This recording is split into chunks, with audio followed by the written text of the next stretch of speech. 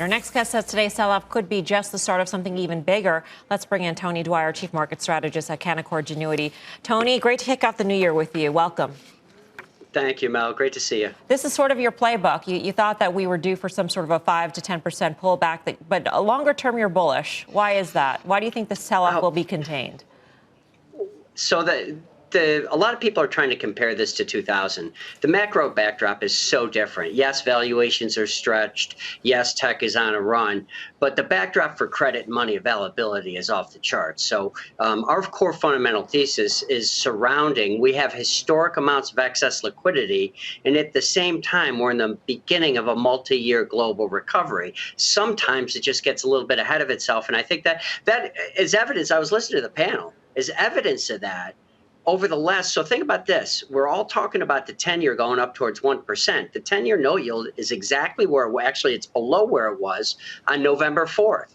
The cyclical sectors, of which I've favored since June, the cyclical sectors have been underperforming over they're below their November peaks. All of them. So industrials, financials, energy, and materials are still below the relative performance peaks in November. So the market's been kind of giving us a signal that it's in this churn, and now it's showing up in the indices. I get the credit point, and it's a valid one that you've been making for quite some time, Tony. But at a certain point, does it matter?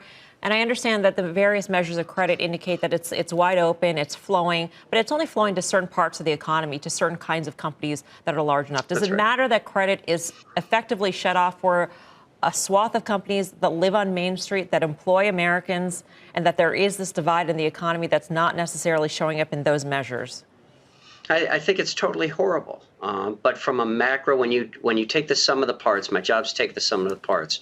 When you take the monetary stimulus that's coming from the Fed, when you take the fiscal stimulus that is coming at fivefold, that 5 times that has come through the government, and you take the interest expense stimulus, meaning the reduction of what the interest expense to incomes or GDP or even or treasury receipts, when you look at those, it has been extraordinarily stimulative from a macro picture. And I pray that does translate down to Main Street. Right now, what really happens is you go into an economic, in 2000, for example, you go into an economic and market problem when you have a need for money and limited access to it. And again, from a broad macro perspective, that's not the case today. It's the opposite. Tony, thanks so much for taking some time to be with us here today. Quick question. So you mentioned looking at emerging markets, cyclicals, industrials, as perhaps looking at being targets when you're looking to kind of average costs down. Would you kind of let me know what sectors you expect to lead us lower? We've talked ad nauseum about large cap tech, but can you kind of let us know what other areas of the market we might be looking for in terms of weakness in the next 3 to 6 month period? Well, by the way, it's the cyclicals. So since June, small has been better than large, cyclicals better than defensive, global, meaning emerging markets, is better than developed, and commodities are outperforming. That's what's run up, especially after we got the news on the vaccine. Those are what is evidenced by today, the sector performance there outside of energy. That's what's going to lead us into the correction. So our view has been since November, late November, to hold what you have. I think this cyclical global recovery with excess liquidity is a multi-year game. I don't think this is a 1 quarter or 2 month thing. So I want to hold what we have and just wait for a better buying opportunity, which I think is kind of dead ahead, to add to those areas.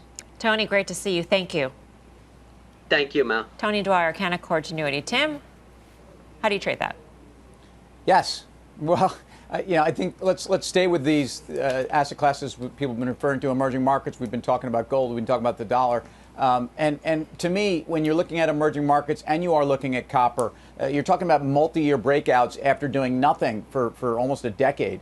And I think those are powerful. So those may have been some of the moves into this, but I think those are the places where you continue to have more momentum. And if you look at the value over growth dynamic, again, we probably overuse these big terms.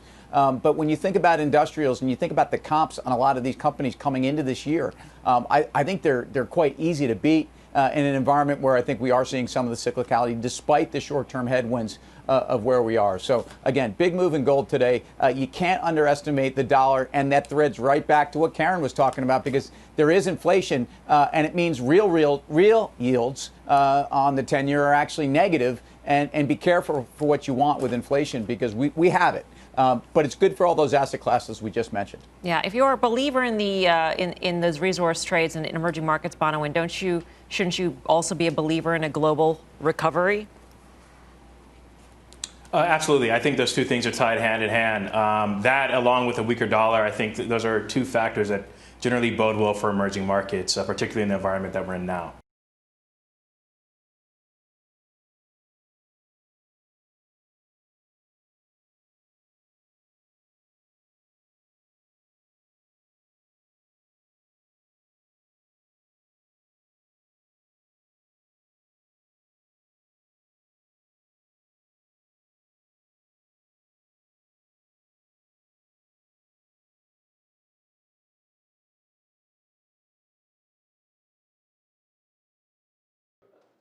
Shepard Smith here. Thanks for watching CNBC on YouTube.